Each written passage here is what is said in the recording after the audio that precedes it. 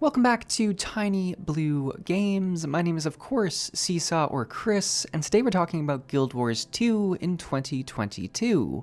And specifically, we're going to be talking about some of the bigger announcements that Guild Wars 2 and ArenaNet have had this week. So really two things happening. Number one is that they have finally got their Steam release happening, or it's happened, I guess I should say, which is really exciting because it's been in the works for quite some time, and it's finally here. And you know, as an existing Guild Wars 2 player, it really doesn't make that much of a difference for me. I know there's some people who are quite upset they can't, now go and play on their same account on Steam or something like that. I mean, I have the launcher. It hasn't hurt me having the launcher. It's what it is. There's other games that force me to do it this way too. So it's, as an MMO, this can happen. But it's huge in terms of new players, and I guess in some respects that will come and impact existing players too, because new players entering Guild Wars 2 is a win for everyone. It's an absolute win, and it's really, really exciting to see so much excitement happening with this.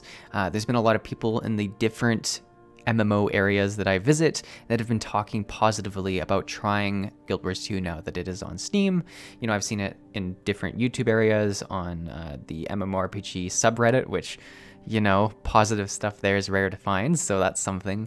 But yeah, it's just really exciting to see it happening for the game. And it's come at a very good time, because the other big news is that Guild Wars 2 is turning 10 years old. And that kind of came as a surprise, which is weird because, you know, they send us a present every single year for our characters' birthdays. They talk about, you know, specific rewards each and every year. So it's kind of something that's been counted up over the years. But 10 years is just a really long time. And it hits particularly hard because Guild Wars 2 is one of the first MMOs that I was actually able to play the beta for. So I'm just thinking all the way back to the beta and thinking of, you know, what was my life like then, and you know, all of the different moments and games and stuff that have come and gone since I started playing Guild Wars 2 all those years back again. And to be clear, I'm not someone who's played Guild Wars 2 exclusively as my MMO for a solid 10 years. That's just not who I am. I'm sure there are people who are watching this video or who have done that, which is really impressive. But it's something I did play as my main game for quite a few years at launch. Once again, from Heart of Thorns to Path of Fire I did as well, and then recently, throughout the last expansion a bit, I've been doing it just casually whenever there's new content that arrives. And it's been one of the, I think, consistently best MMORPG experiences I've had. Like, you know, although it's rare that I'm like, wow, this is the top of the top in the world of MMORPGs, there are definitely aspects of Guild Wars 2 that does, you know, do that when you think of mounts and stuff like that. But it's one of the more consistent games, right? You can expect a type of quality from their expansions, you know, a cadence of free content if you are playing the Living World content. It's just something you can always depend on, which I think is really, really nice, and you know, has really paid off over the years. But the synergy between this 10-year celebration and the Steam release is the fact that the rewards that they've introduced for the 10-year anniversary link up very well to core parts of Tyria, or areas that new players will be experiencing. So they've released a armor set called Decade's End Armor, and it looks really, really cool. It's got like definitely this Guild Wars 2 style to it. You can see it in the shoulders particularly. And you earn these pieces by completing these different achievements. You'll go to side stories in your achievements, and you'll be able to see Decade of Dragons, I think it's called, and there's just a bunch of different achievements you can do. A lot of them have to do with completing events in specific maps or areas within Tyria, as well as different areas as well. Doing specific world bosses. They have stuff for PvP and World v World, which is great because I could so easily see that just like being forgotten.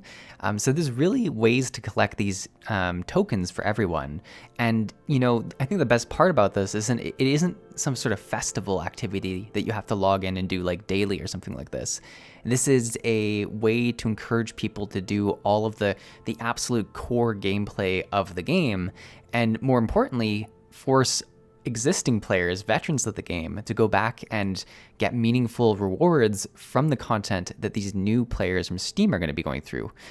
So I went and did a bit of this, and yeah, the old maps are just filled with people. I was doing this on the Tuesday when it released.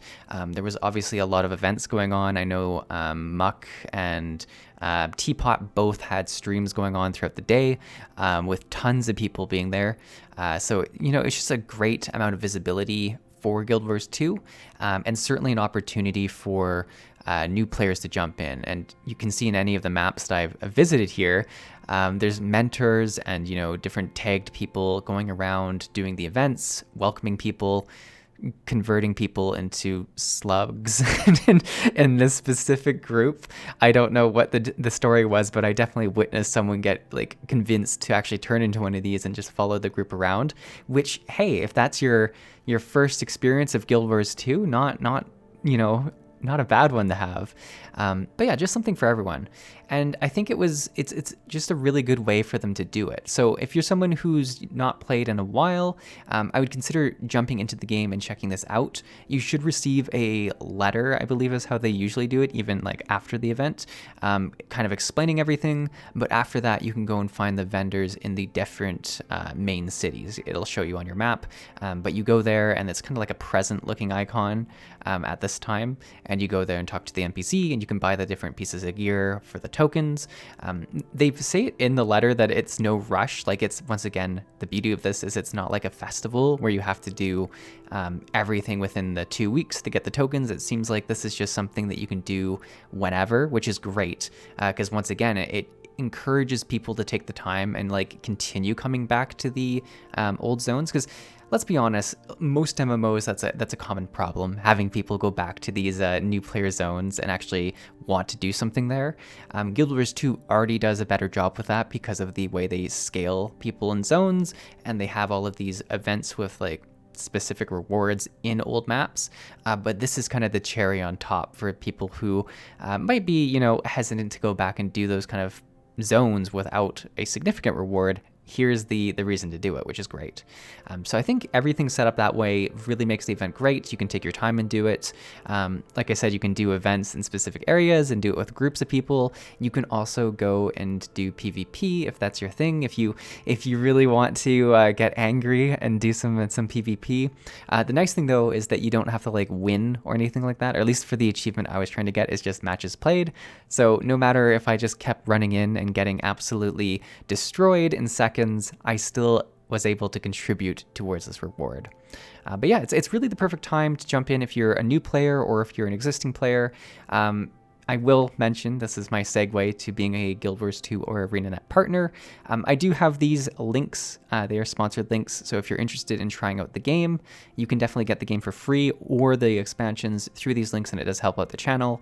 I'm pretty sure they don't work for Steam, so if you're going to go the Steam route, which, hats off to you. If you're starting, it's definitely something to consider. You can't use the links, which is obviously fine, but just know that if you're trying to use it and go there, it's not gonna be the way to do it. You're gonna go to Steam and you're gonna look up the game and you're gonna download it that way.